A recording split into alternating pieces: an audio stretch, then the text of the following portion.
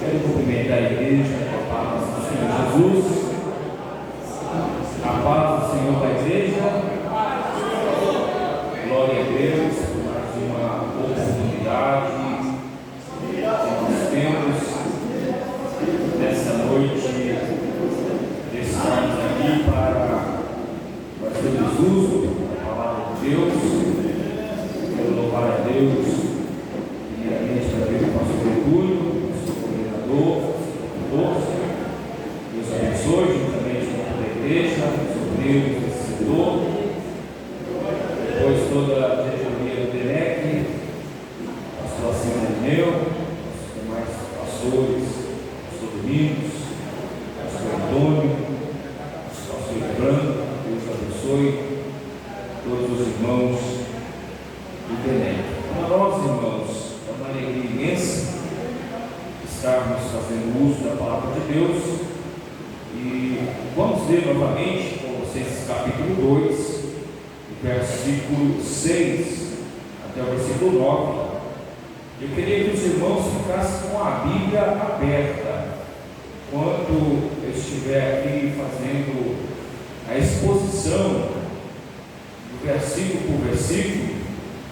Os irmãos com a Bíblia aberta, conferindo, porque no nosso meio pentecostal nós somos acostumados muito com sermão temático, e foi nos dado aqui um sermão expositivo, expor esse versículo aqui. Quando trata de uma exposição, é bom os irmãos estar conferindo juntamente com a escritura aberta.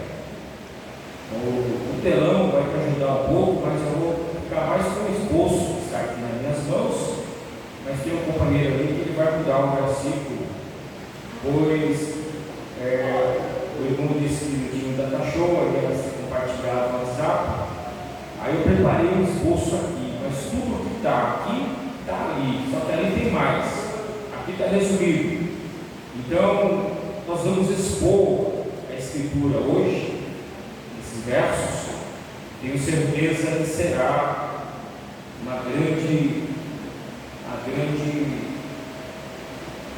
grande ensinamento para nós, uma grande doutrina para nós, né? Vamos lá, Colossenses 2, versículo 6 ao 9. Quem achou? Diga amém. Amém. Glória a Deus. Como, pois, recebeste o Senhor Jesus, assim também andai nele, arraigados, edificados nele, confirmados na fé, assim como fostes ensinados, crescendo em ação de graças. Tende cuidado para que ninguém vos faça presa sua por meio de filosofias e vãs sutilezas, segundo a tradição dos homens, segundo rudimentos do mundo, e não segundo Cristo, porque nele habita corporalmente toda a plenitude da divindade. Meus irmãos, eu quero dar um tema para essa mensagem, essa noite: a igreja moderna e a falta de Cristo. Vamos lá? A igreja moderna e a falta de Cristo. Vamos lá, todos juntos? A igreja moderna e a falta de Cristo. Há quem diga que a igreja evangélica brasileira, ela tem a extensão dos oceanos, é muito grande, quase 50 milhões de evangélicos, e porém a profundidade rasa de uma piscina. Ela tem a extensão dos oceanos, isso é verdade, isso muito, mas a profundidade rasa é de uma piscina. Muitos não têm conhecimento e experiência com Deus. E o texto que foi me dado é muito profundo, irmãos. Para nós falarmos desse texto Primeiramente, eu vou falar um pouquinho do apóstolo Paulo. Paulo era perseguidor da igreja, perseguidor implacável da igreja. Está lá em Atos capítulo 8, versículo 2, Saulo assolava a igreja. Atos 9, inspirando ameaças de morte contra os discípulos do Senhor, dirigiu-se ao sumo sacerdote. No caminho de Damasco, Jesus foi ao seu encontro, caiu no chão, ou cego, conduzido por 2 homens, e é levado até a rua direita. 3 dias não comeu, não bebeu, estava orando. O Senhor incumbiu Ananias, o servo piedoso de Jerusalém, para que fosse até a rua direita e orasse o Saulo de Tarso. Agora não é mais o moço selvagem, o apóstolo escolhido por Deus. Quando Paulo está ali jejuando, não comeu, não bebeu, estava orando, porque Ananias chama irmão do Saulo. Ananias impôs as mãos sobre os seus olhos, as estrelas caíram, ele estava de joelho orando, levantou, voltou a ver, foi cheio do Espírito Santo, foi batizado e foi pregar. Foi pregar para os damascenos. Os damascenos não acreditaram em sua mensagem. Então ele vai para a Arábia, Atos capítulo 1, versículo 13 ao 17, fica 3 anos na Arábia. Depois volta, fica 15 dias com Barnabé, com Pedro, com os apóstolos de Jerusalém, Atos capítulo 9, versículo 27. Mas o próprio Deus disse para ele: apresse sair daqui. Atos 9:30, ele é enviado de volta para Tarso da Cilícia, e fica aproximadamente 7 a 8 anos. E eu creio que lá aconteceu um dos atos mais poderosos do seu ministério, onde ele foi possivelmente arrebatado ao terceiro céu, segundo a cronologia bíblica. E não é o nosso assunto. Saulo ficou lá esquecido, a igreja cresceu, mas Barnabé lembrou de Saulo, porque a igreja está em Antioquia. Passou-se aproximadamente 7 a 8 anos depois do primeiro encontro com Saulo em Jerusalém. Diz a Bíblia, Atos capítulo 11, versículo 25, partiu Barnabé de Antioquia da Síria a buscar Saulo de Tarso. Saulo fica em Antioquia da Síria, capital das missões, 400 quilômetros de Jerusalém, por 1 ano junto. Depois fazem a primeira viagem missionária, fundo igrejas, regiões da Galácia, volta, vai para Jerusalém, participa do concílio, volta para Antioquia, faz a segunda viagem missionária, uma ruptura de Paulo com Barnabé com João Marcos, e Paulo com Silas, faz a segunda viagem missionária, e Paulo chega em Éfeso. Paulo retorna para Jerusalém, leva uma oferta aos pobres. Quando Paulo retorna, ele faz a terceira viagem missionária, estabelece o seu quartel-general em Éfeso. E é tão lindo a Bíblia que Atos 19:10 diz que todos da Ásia ouviram o Evangelho através de Paulo. Todos. Atos 19:10. É onde eu quero chegar esse texto. E é tão interessante que depois Paulo, quando ele volta para Jerusalém, depois de passar 3 anos em Éfeso, ele é preso em Jerusalém, é acusado em Cesareia, por 2 anos preso. Ele é apelado, ele se apela para ir para Roma, ser julgado por César. Pega um navio com 276 pessoas, sofre um naufrágio, e agora chega em Roma, chega na Itália, capital Roma, e ali está numa casa alugada, recebendo os irmãos da igreja que ele fundava. É tão interessante que Paulo não fundou a igreja de Colossos. Não foi Paulo que fundou. Quem fundou a igreja de Colossos foi Epáfras. E está em Colossenses capítulo 1. Está ali, Epáfras, meu fiel ministro.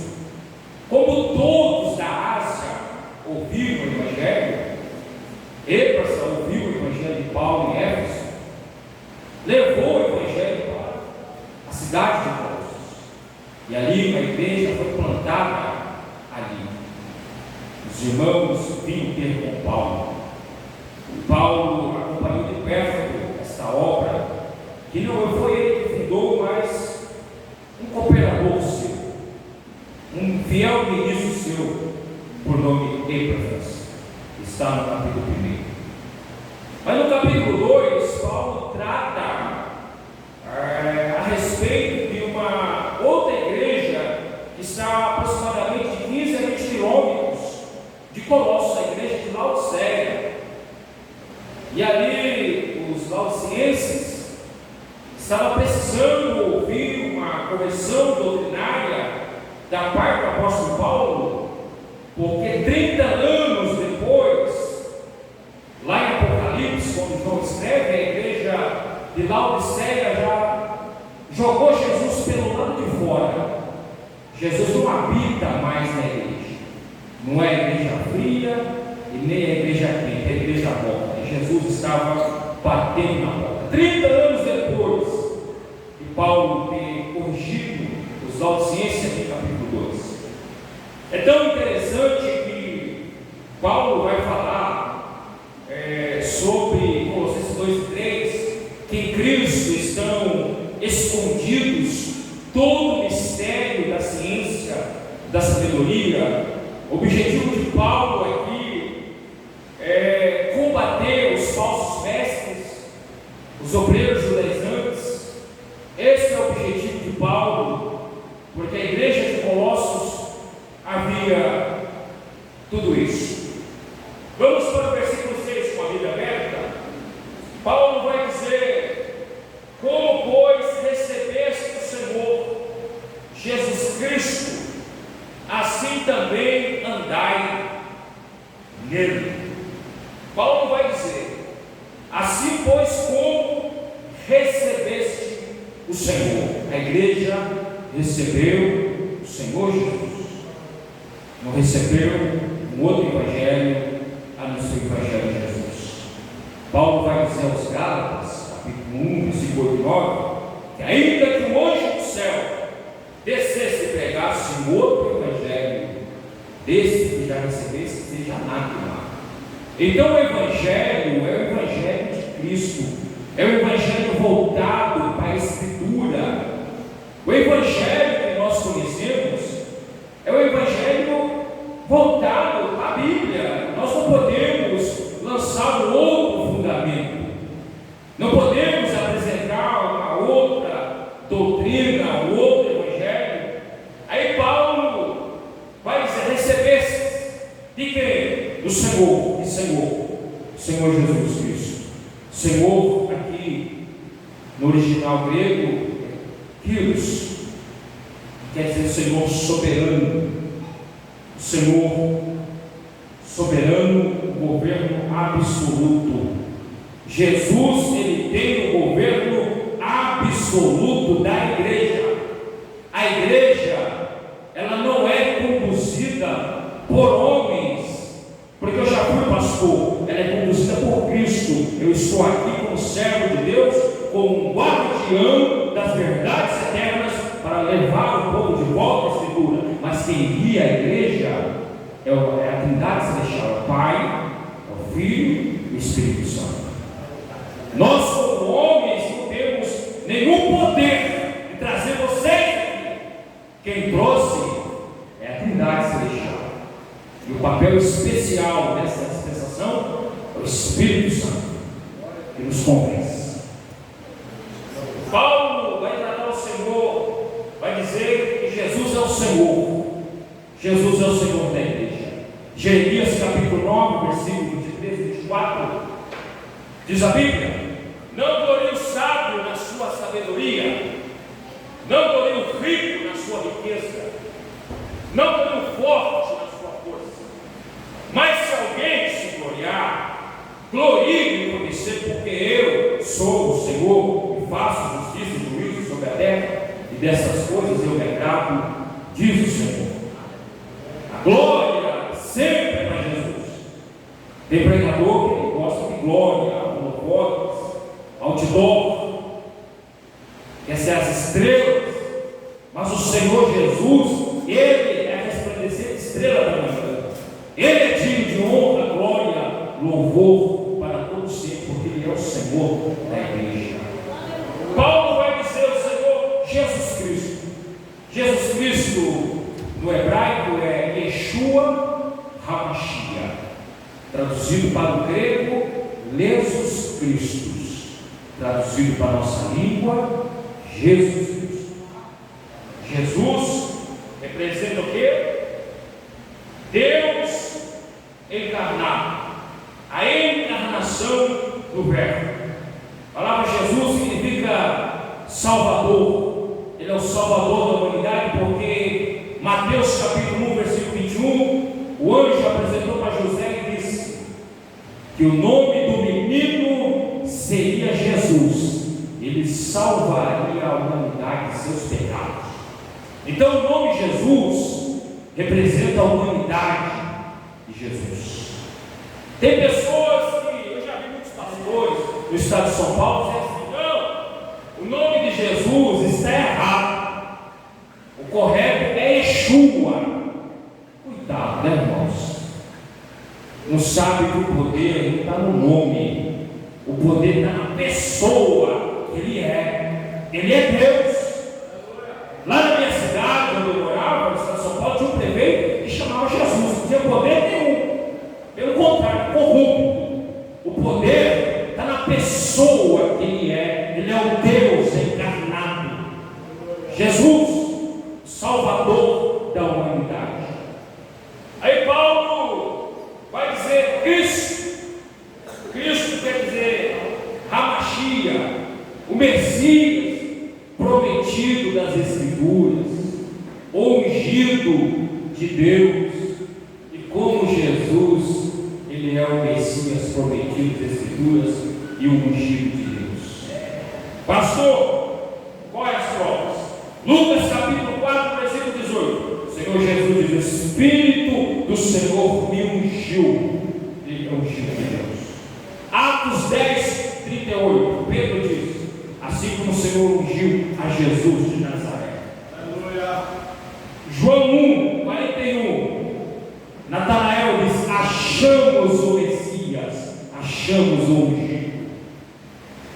Isaías 61, versículo 1, Isaías diz, que o Senhor é o ungido de Deus que viria. E Jesus se cumpre lá em Lucas capítulo 4. Nós estamos aqui, irmãos, no departamento de ensino cristão, DENEC. Nós não podemos estar aqui ensinando oba-oba para os irmãos. Eu sou pastor desde 2010, presbítero em 2004, tenho umas experiências da minha vida. E tem pessoas que me chamavam assim: pastor, o Senhor é ungido de Deus. Eu dizia assim: irmão, o único ungido é Jesus. Ah, pastor, mas Davi foi ungido, Samuel foi ungido, Saul foi ungido, Arão foi ungido, os profetas foram ungidos, mas se cumpre em Cristo, porque Ele é o ungido de Deus. Eu tenho a unção do Espírito Santo. Nós, pastores, nós temos a unção do Espírito Santo. Eu não posso atribuir um título que não é meu. Eu sou o servo do Senhor Jesus Cristo, o maior título de honra das Escrituras. Moisés, servo do Senhor Jesus Cristo. Josué, servo do Senhor Jesus Cristo. Paulo, servo do Senhor Jesus Cristo. Tiago, servo do Senhor Jesus Cristo. Pastor Marcos, servo do Senhor Jesus Cristo. Pastor, mas o senhor não é pastor? Sou pastor. Mas por dom, mas eu usurpo o dom. E disse: não, eu sou ungido de Deus, toca em mim. Eu já vi alguns pastores neopentecostais dizer assim: eu sou ungido de Deus, se tocar em mim eu te amaldiçoo. E pega o paletó e até amaldiçoa as pessoas, como se ele fosse Jesus. Ele é, se ele for servo de Deus, ele é simplesmente um pastor servo de Deus. O único título que a Bíblia dá no Novo Testamento para ungido é só para Jesus. A palavra Cristo quer dizer ungido. Então nós não podemos usar, como diz aí os horror, não toquemos ungido. Está escrito lá no Antigo Testamento, mas o novo ministério é o quê?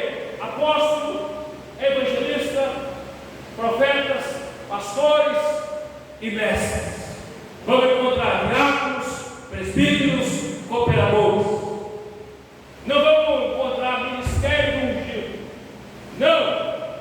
Por quê? Porque Jesus, Ele é ungido, porque a palavra Messias quer dizer ungido. Então, nós estamos aqui no ensino. Vamos para a Bíblia? Não é pastor Jesus? Aqui não, né? Tá, deu uma saída. Vamos para a Bíblia. Vamos atribuir o que é de Jesus para Jesus. Nós somos servos de Deus. Eu não estou desmerecendo o ministério pastoral de forma nenhuma. Até porque, irmãos, Deus deu pastores para a igreja, para pastorear a igreja, para apacentar o rebanho. E a Bíblia diz: obedecer aos nossos pastores. E zelam pelo rebanho. Mas nós não podemos tomar o lugar de Jesus. Aí Paulo vai continuar dizendo: assim como recebeste o Senhor Jesus Cristo, assim também andai nele. O que é andar em Jesus? É seguir as suas pisadas. Jesus diz: as minhas ovelhas ouvem a minha voz e me seguem. João 10, 28. E ninguém arrebata das minhas mãos. As ovelhas são de Jesus e elas ouvem a voz de Jesus. Eu sou pastor, vi uma irmã da minha igreja, pastor, chegou para mim e disse assim: pastor, eu sou tua ovelha. Chegou: pastor, eu sou tua ovelha. Não, você é ovelha de Jesus, porque Jesus derramou o sangue na cruz do Calvário. Se eu quiser ovelha, eu vou comprar uma granja e vou criar ovelha lá. Mas vocês são filhos. Aí tem gente que ele acha que é a ovelha dele. Nós temos que cuidar com amor, com carinho. Mas é de Jesus, irmãos. É de Jesus. Os pastores estão aqui para aperfeiçoamento dos santos. Mas nós não fomos chamados para sentar numa cadeira e dizer assim: que aqui quem manda sou eu, aqui ninguém me arranca, eu sou ungido de Deus, e pronto, acabou. Se levantar contra mim, Deus vai pesar a mão. Temos que respeitar os obreiros, respeitar os pastores, mas os pastores não podem usar de abuso de autoridade, porque o abuso de autoridade não é legal para ninguém. Então nós temos que usar a mansidão, né? Eu sempre, quando eu era pastor, eu sentava na cadeira. Então é interessante que eu tratava todo mundo igual. O abraço que eu dava, o irmão na ponta, eu dava na ponta de cá. Mas tem pastor que é assim, né? Ele dá um abraço no um, o outro pega na ponta da mão. Acepção de pessoas. Tiago, capítulo 2, versículo 9. Se nós fazemos acepção, nós cometemos pecado. Se eu fizer acepção de pessoas, eu estou cometendo pecado. Eu não posso. Tem pessoas que têm complexo de superioridade e acham que ele é maior. Ele não é maior do que ninguém, ele é pó. Jesus nos fez nem da terra, foi do pó da terra. Se não somos nada, irmão. Se somos alguma coisa, é pela graça de Deus. Se eu estou aqui, é pela graça de Deus, é pela sua misericórdia. Vamos para o versículo 2. Vai mudar para os nossos irmãos que vierem com tanta chave. Aí Paulo vai dizer: arraigados e edificados nele, confirmados na fé, assim como fostes ensinados, crescendo em ação de graças. Paulo vai dizer para a igreja que a igreja tem que estar arraigados. Significa que a igreja tem que ter raiz. Antes de eu crescer para cima, ministerialmente, espiritualmente, primeiramente eu tenho que crescer para baixo. Estrutura. Lembra do Salmo primeiro? Bem-aventurado o varão que não anda segundo o conselho dos ímpios, nem se detém no caminho dos pecadores, nem se assenta na roda dos escarnecedores. Antes tem o seu prazer na lei do Senhor, e nela medita de dia e de noite, pois será como a árvore plantada junto ao ribeiro de águas, cujas folhas não caem, e tudo quanto fizer prosperará.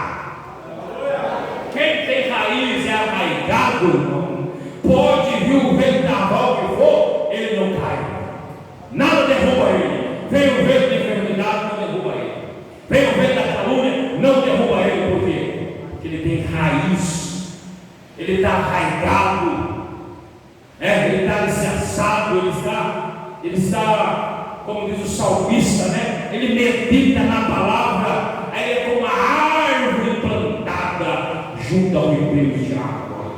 Veja a árvore plantada perto dos ribeiros do coração, são bonitas, cheias de folhas, algumas que produzem frutos, dependendo do tipo da fruta, dependendo do tipo da árvore. Veja uma árvore que não é plantada no lugar que não tem água, ela é seca.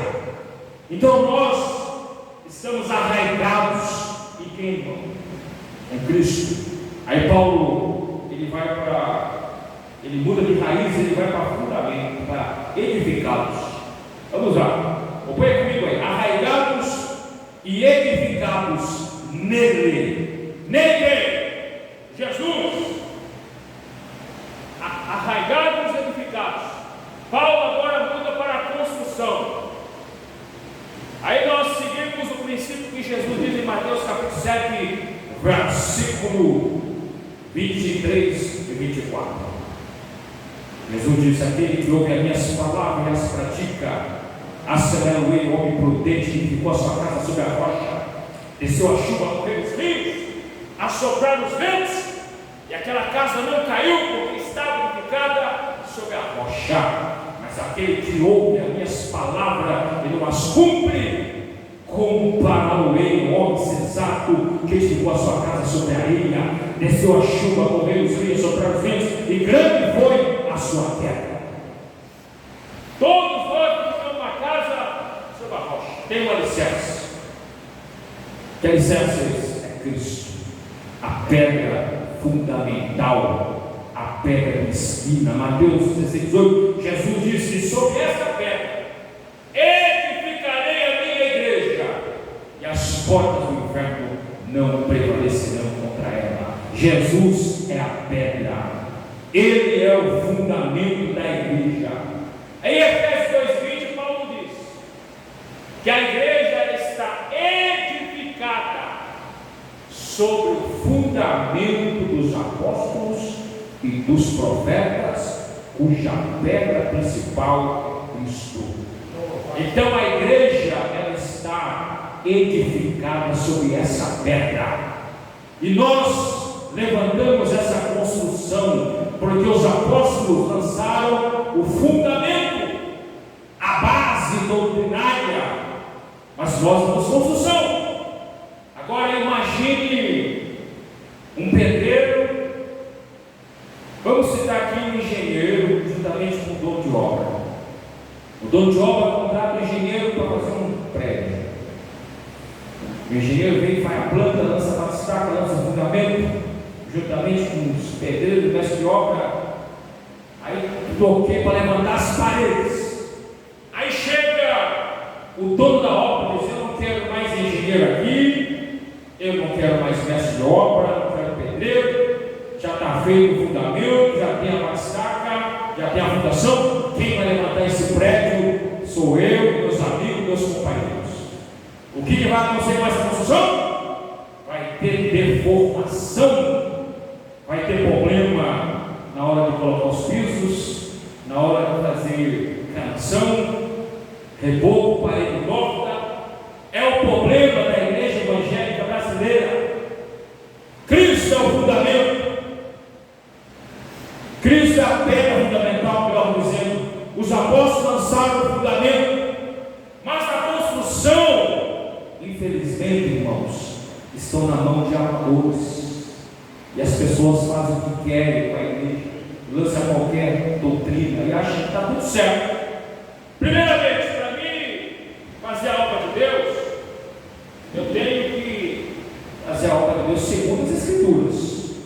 Tudo que os apóstolos fizeram, eu faço. Os apóstolos deram a vida pela obra, também dou. Os apóstolos evangelizaram, eu também evangelizo. Os apóstolos tinham amor, eu também tenho. Os apóstolos faziam seleção de pessoas, eu também tenho. A igreja primitiva recebia todos ali, abraçavam todos, ricos, pobres, sábios, ignorantes. Eu também tenho que abraçar. Não podemos ser como a igreja de Corinto. Eu sou de Paulo, eu sou de Cefas, eu sou de Pedro, eu sou de Jesus. Não, não podemos ter grupo na igreja, irmãos. Nós temos um fundamento, o fundamento é o fundamento apostólico. Prosseguindo, irmãos. Vamos prosseguir. Eu virar. Aí Paulo vai dizer, o meditador está levantando o esboço aqui, né? Aqui é melhor para isso. Isso, pode virar aqui melhor. Senão eu vou me perder no esboço aqui. Paulo vai dizer, arraigados e edificados nele. Nele quem? Cristo. Confirmados na fé. Tem que ter confirmação na fé. A fé em Jesus. Você tem que ter fé em Jesus, irmãos. A Bíblia diz: maldito o homem que confia no homem. Pastor, você está dizendo que eu não devo acreditar no Senhor? Devo, irmãos. Desde que eu tenho motivo para você acreditar e me confiar em mim. A partir do momento que eu não tenho, pisei na bola, fiz uma coisa errada, tem um adágio que diz que gato escaldado é vaqueiro, da filha tem medo. Então a nossa confiança está no Senhor. Existem homens de Deus, existem homens fiéis, mas eu sempre carrego comigo. Tem pessoas que têm que comer um tipo de sal com ele por muitos anos para saber quem ele é. Eu falo por experiência pastoral. Eu já comi sal com muita gente, porque muita gente me decepcionou comendo sal por vários anos.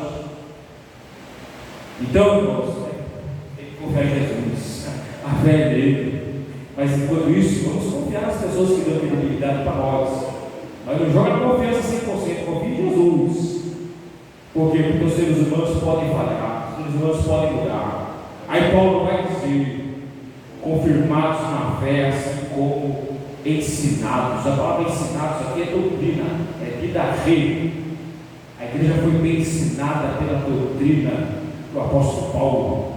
Temos 3 tipos de doutrina na Bíblia. Primeiro, a sã doutrina. Sã doutrina. Segundo, a doutrina dos homens. Terceiro, a doutrina dos demônios. Qual doutrina nós servimos? Graças a Deus, a sã doutrina, a igreja tem a Bíblia aberta. Mas tem igreja que tem a doutrina dos homens. É o homem que reina. Eu costumo dizer que existem 2 tipos de pastores, né? Existe o pastor que ele é manipulador de ambientes. Aí o culto é o culto do livre-arbítrio. As pessoas fazem o que querem. O pecado entra na igreja e embora. Que nem um barco que entra na água, né? Vai afundando. E existe o segundo pregador, que é o guardião das verdades eternas. O portador das verdades eternas. Esse aí, o culto é sacro. O culto é santo, o culto é agradável a Deus, o culto é um culto cristocêntrico, centrado na pessoa de Cristo. Por quê? Porque o pastor, o pregador, ele é um guardião das verdades eternas. Por quê? Porque ele segue essa doutrina, ele segue essa doutrina, a doutrina dos apóstolos, a doutrina que os apóstolos deixaram para a igreja, o legado. Agora nós podemos cair na doutrina dos homens, modismo, doutrina dos demônios, onde as pessoas fazem da igreja comércio e mais comércio. Não! A igreja de Jesus continua sendo igreja, desde que ele fundou, aleluia, com seu sangue derramado na cruz do Calvário e pela descida do Espírito Santo em Pentecostes. Eu costumo dizer, tem gente que diz assim: a igreja precisa de uma reforma. Reforma não, precisa de uma restauração. Qual uma coisa? Eu tinha um Fusca e meu Fusca foi restaurado. Eu vendi aqui para Paranaí, deixei a cor original, os pneus, as rodas originais, pneu original, banco original, restaurado, reformado, muda a cor, muda o volante, muda os bancos. Nós não podemos fazer reforma, né, gente? Restauração, voltar aos princípios originais, fazer como a igreja primitiva, olhar para a Bíblia, para a Escritura, e a igreja crescia. Aí Paulo vai dizer: você ensinado vida rei, que é doutrina, a sã doutrina, crescendo em ação de graças. quando Paulo fala de crescer, a Bíblia também vai dizer através dos profetas, crescer na graça e no conhecimento, através do próprio apóstolo Pedro. Osés vai dizer que o meu povo foi destruído por falta de conhecimento. Jesus diz em João 5,39: examinar as escrituras, porque posso cuidar que terás a vida eterna, e elas de mim testificam. Mateus 22,29: errais por não conhecer as escrituras e nem o poder de Deus. Temos que conhecer a escritura, a Bíblia, a palavra de Deus. Prosseguindo, Paulo continua fechando o versículo dizendo: crescendo em ação de graça. A palavra ação de graça no grego é eucaristia, gratidão. Eu sou grato a Deus por estar aqui hoje. Você é grato a Deus por estar aqui hoje? Glória a Deus. O crente tem que ser grato a Deus por tudo que Ele fez. Primeiro, por ter escrito o nome no livro da vida. Segundo, pela cura da alma. Terceiro, por estar na casa de Deus, adorando o Deus vivo, o Deus verdadeiro. Ação de graça. Mas tem crente que serve a Deus por conveniência. Ele vai para a igreja o dia que ele quer, a hora que ele quer, vou lá, ninguém tem nada com a minha vida, vou embora e quando acabou. Não. Nós temos que ter gratidão, vem para adorar ao meu Deus. Ação de graças. E aqui, irmão, não é lugar de nós apontar ninguém. Aqui é lugar de adorar. Vamos prosseguir, porque o tempo está correndo. Vamos para o versículo número 8. E eu vou finalizar com nós. Versículo 8: tende cuidado para que ninguém vos faça a presa sua, por meio de filosofias e vãs sutilezas, segundo a tradição dos homens, segundo os rudimentos do mundo, e não segundo Cristo. Paulo vai dizer: tenha cuidado para que ninguém vos faça a presa. Quer fazer a pessoa presa? É arrebatar a pessoa, levar a pessoa como colocar como um pássaro na gaiola. Quem faz isso? Falso profeta. Aprisiona uma pessoa debaixo de uma tutela. E nós não podemos aprisionar ninguém, porque Jesus diz: conhecereis a verdade, e a verdade vos libertará. Se o Filho vos libertar, verdadeiramente sereis livres. Mas tem pessoa que pega a pessoa como espólio de guerra. Não, pertence a mim, é meu. Não é teu, não, é de Jesus. Isso é característica do falso profeta, de lobo com pele de cordeiro. Pastor, qual a diferença? O pastor quer o bem das ovelhas, o lobo quer os bens, quer a tua casa, quer o teu carro, quer o teu apartamento, quer a tua conta bancária. Pastor vive na sombra da cruz, os lobos à sombra dos holofotes. Pastor tem 12 talentos, lobos têm cargos e títulos. Quem nós somos? Eu sou pastor e quero ir para o céu. Tenho certeza que os senhores são pastores e futuros pastores. Mas eu vim de um estado e convivi com uma geração de falsos profetas. Homens que não têm misericórdia do povo, manipulam o povo debaixo de um cabresto. Como se a igreja fosse dele, como espólio que é meu, pertencendo, capturei, arrebatei, pertence a mim. Não, isso não é atitude de homem de Deus. Nós temos que servir a Deus voluntariamente. Quando alguém volta para o culto, eu ia atrás, vai para o culto, irmão, abraçava os homens, né? Porque as mulheres eram esposas. Essa mulher aqui, vamos para o culto, irmão. Chegava no culto, abraçava, acabava o culto, ia para a porta, abraçava todo mundo, tratava todo mundo igual. Teu irmão lá que pecou, caiu de pecado grave do terno, pediu perdão. Aí estava o presbítero do lado, deu um abraço no presbítero, mas o abraço que eu dei para o irmão que caiu do terno foi mais forte, porque ele precisava recuperar o meu abraço, da minha atitude. Por quê? Porque Jesus não desprezou ninguém. E eu vou fazer exceção? Não, mas tem pessoas que é assim, né? Não, isso aqui está certinho, belezinho, ó. Mas o cuidado ali que sofreu, levou uma cacetada na vida, caiu numa emboscada, é tratado como um lixo, joga no banco dos réus, coloca num campo de refugiados. Não!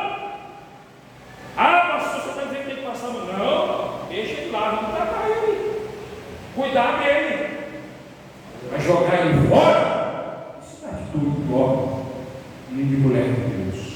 Mas Paulo fala daqueles falsos profetas que faziam as pessoas presas sua por meio de filosofia.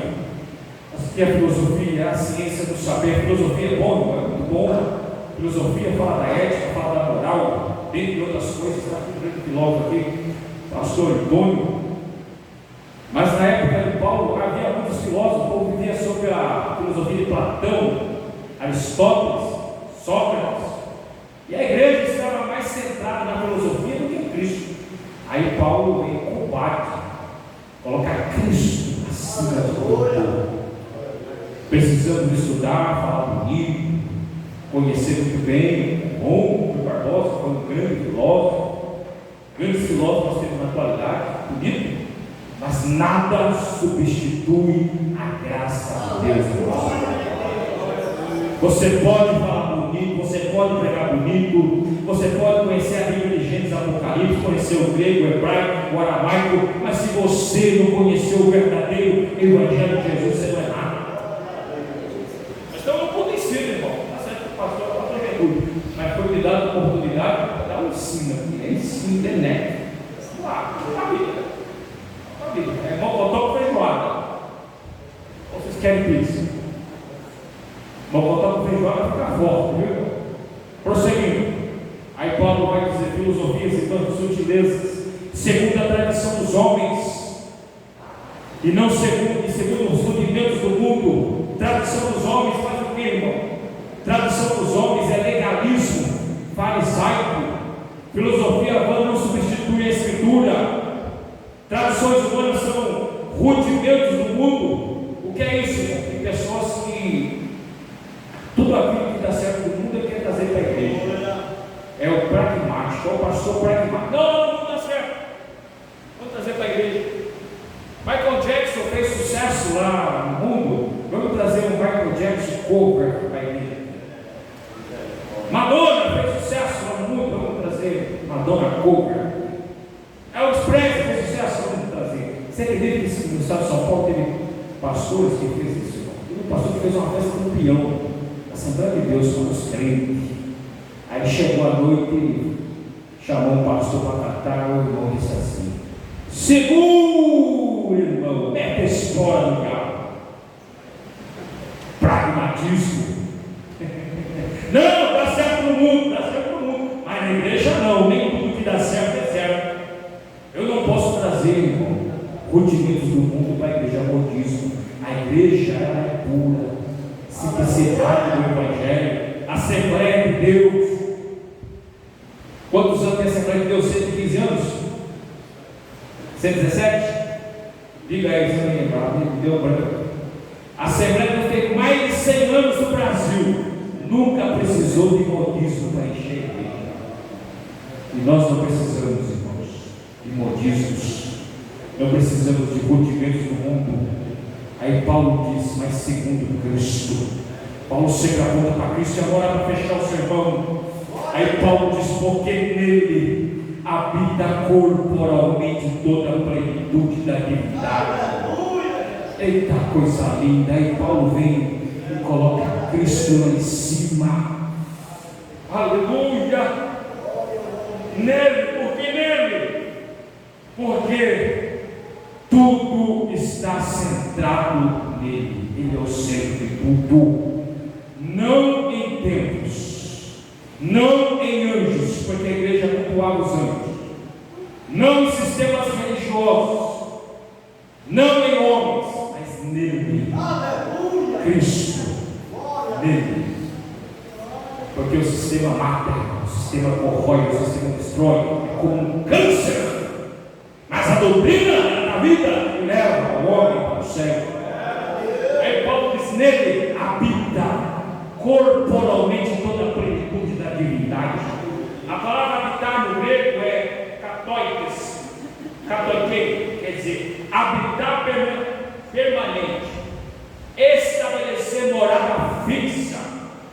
Toda a plenitude da divindade habita em Cristo, mora em Cristo permanentemente.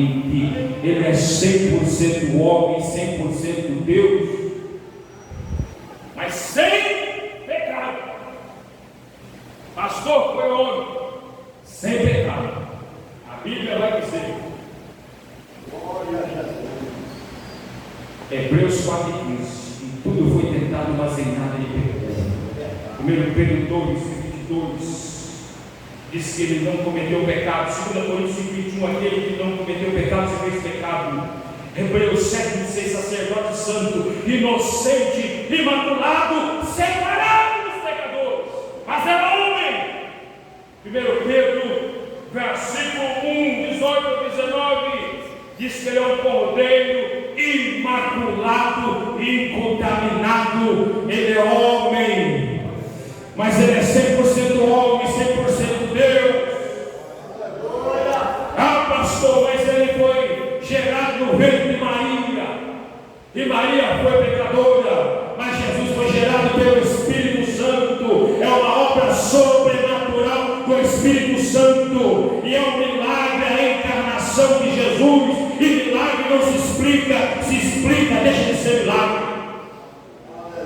A encarnação de Cristo como homem, mas o homem sem pecado. Vamos lá. Habita corporalmente, somáticos no grego, quer dizer de forma visível, de forma física e real, visivelmente encarnado. Corpo, Jesus tem corpo. Ele não é um espírito, tem corpo. 100% homem, 100% Deus. Contanto que depois de ressuscitado, no corpo glorificado, comeu peixe com os apóstolos, mas está no céu. Aí Paulo diz toda, Paulo não exclui nada, toda, quer dizer, toda a natureza divina está nele. Paulo não exclui nada, tudo que é divino está em Jesus, toda a plenitude. A palavra plenitude é plerona, quer dizer totalidade completa. Cristo é completamente Deus, eterno, digno de honra, glória, louvor e adoração. Toda a plenitude da divindade, Theotokos, quer dizer essência absoluta de Deus. Cristo é plenamente Deus. Ele é o Senhor da igreja. A prova que ele é Deus é que ele está em cada livro da Bíblia. Em Gênesis ele é a semente da mulher. Em Êxodo ele é o cordeiro pascual. Em Levítico ele é o sacrifício perfeito. Em Números ele é a rocha ferida de Meribá. Em Deuteronômio ele é o profeta semelhante a Moisés. Em Josué ele é o capitão dos exércitos celestiais. Em Juízes ele é o libertador de Israel. Em Ruth ele é o parente dividor. Em Samuel ele é o rei desejado. Em Reis ele é o rei prometido. Em Crônicas ele é o descendente de Davi. Em Esdras ele é o restaurador do povo divino. Em Neemias ele é o nosso grande consultor. Em Esther ele é o nosso advogado fiel. Em Jó ele é o nosso redentor que vive. Em Salmos ele é o nosso refúgio de fortaleza. Em Provérbios ele é a sabedoria de Deus. Em Eclesiastes ele é o pecador perfeito. Em Cântico dos Cantos ele é o nosso amado. Em Isaías ele é o maravilhoso, conselheiro, Deus forte, Pai da eternidade, príncipe da paz. Em Jeremias ele é o rei de Davi. Em Lamentações ele é o profeta lamentador. Em Ezequiel ele é o Senhor que generará. Em Daniel ele é o céu de dias. Em Oséias ele é o marido fiel. Em Joel ele é o fogo do Espírito. Em Amós ele é o Deus de fogo. Em Obadias ele é o nosso Salvador. Em Jonas ele é a salvação do Senhor. Em Miqueias ele é o jogador de Israel. Em Naum ele é o cavaleiro da espada flamejante. Em Abacuque ele é o Senhor dos fundos do fogo. Em Sofonias ele é o pastor de Israel. Em Ageu o Senhor que faz tremer os céus da terra. Em Zacarias ele é o renovo. Em Malaquias ele é o som da justiça. Mas em Mateus Jesus é o Emanuel, que quer dizer Deus conosco. Jesus está aqui. Louvado seja o nome do Senhor. Asmo-vos a presença dele aqui neste lugar. Rei Marcos é do servo do Senhor. Lucas é do Filho do Homem perfeito. Em João capítulo 1 é o verbo de Deus, o gênero do Pai, o poder de Deus que tem pecado no mundo. Em João capítulo 2 ele é o purificador do templo. 13 ele é o mestre bíblico de Israel. Em João capítulo 4 ele é a fonte da água da vida eterna. Em João capítulo 5 é o juiz dos vivos e dos mortos. Em João capítulo 6 ele é o pão vivo que desceu do céu. Em João capítulo 7 é a água viva de Deus. Em João capítulo 8 é a luz do mundo. Em João capítulo 9 é o restaurador do cego. Em João capítulo 10 ele é o pastor. Em João capítulo 11 ele é a ressurreição e a vida. Em João capítulo 12 ele é o Messias que vem de Jerusalém montado de um menino. Em João capítulo 13 ele é o servo humilde que lava os pés dos seus apóstolos. Em João capítulo 15 é a videira verdadeira. Em João capítulo 16 é o nosso Consolador. Em João capítulo 17 é o nosso intercessor. Em João capítulo 18 é o servo humilhado. Em João capítulo 19 é o Salvador crucificado. Em João capítulo 20 é o conquistador da morte. Mas em João capítulo 21 ele é o restaurador da vida. Em Atos Apóstolos é o Pai, Salvador do Espírito Santo, o Cristo ressurreto. Em Romanos ele é Jesus de Deus. Em 1 Coríntios ele é o Cristo crucificado. Em 2 Coríntios ele é mais de Deus. Em Gálatas ele é o Cristo liberta. Em Efésios ele é a cabeça da igreja. Em Filipenses ele é o nosso viver. Em Colossenses ele é o primogênito dos mortos. Em 1 e 2 Tessalonicenses é o Senhor que virá. Em 1 Timóteo é a nossa esperança. Em 2 Timóteo é o nosso general. Em Tito é o nosso Salvador. E em Filemão ele é o doador do bem. Em Hebreus ele é sacerdote eterno segundo a ordem de Melquisedeque, autor e consumador da nossa fé. Em Tiago ele é o nosso grande legislador. Em 1 Pedro ele é o nosso pastor. Em 2 Pedro ele é o nosso Senhor. Em 1 João ele é a palavra de Deus. Em 2 João ele é o Cristo. Em 3 João ele é a verdade. Em Judas ele é o único dominador Senhor. Mas em Apocalipse ele é o Alfa, o Ômega, é o primeiro, é o derradeiro, ele é o princípio, ele é o fim, ele é o Cordeiro de Deus, ele é o Cordeiro que foi morto na fundação do mundo, ele é o leão da tribo de Judá que venceu para abrir o livro, desatar os seus 7 selos, e é aquele que está montado no cavalo branco, com o nome escrito senão a palavra de Deus, fiel e verdadeiro, com a veste salpicada com sangue, e na sua coxa rei dos reis e Senhor dos senhores. Por isso que nele mora toda a plenitude da divindade, porque ele é Deus de Gênesis Apocalipse. Ah, pastor, mas lá em Gênesis eu não vou ver Jesus. Não, vai ver? Logo você que Jesus está lá. Aleluia! Jesus está lá. Está de forma mitológica, está como teofania. Apareceu o Senhor a Abraão. Quem apareceu a Abraão? A Bíblia diz que Deus nunca foi visto por ninguém, João 18. 1 João 4,12. Deus nunca foi visto por homem algum. Êxodo 3,20. Homem nenhum que vê a minha face viverá. 1 Timóteo 6,16. Deus habita na luz inacessível que não viu e jamais podem ver. 1 Timóteo 17. Deus é invisível, imortal. A Bíblia diz em Colossenses 1,15 que Cristo é a imagem do Deus invisível. Aleluia. E a Bíblia diz em João 4,24 que Deus é Espírito. Lá vai Deus, a voz do céu. Abraão, lá do céu, Espírito, sai do meio da tua terra, do meio da tua parentela. Voz do Pai. Aí apareceu o Senhor Abraão. Pode aparecer Abraão. Eu sou o Todo-Poderoso. Apareceu o Senhor Abraão por várias vezes.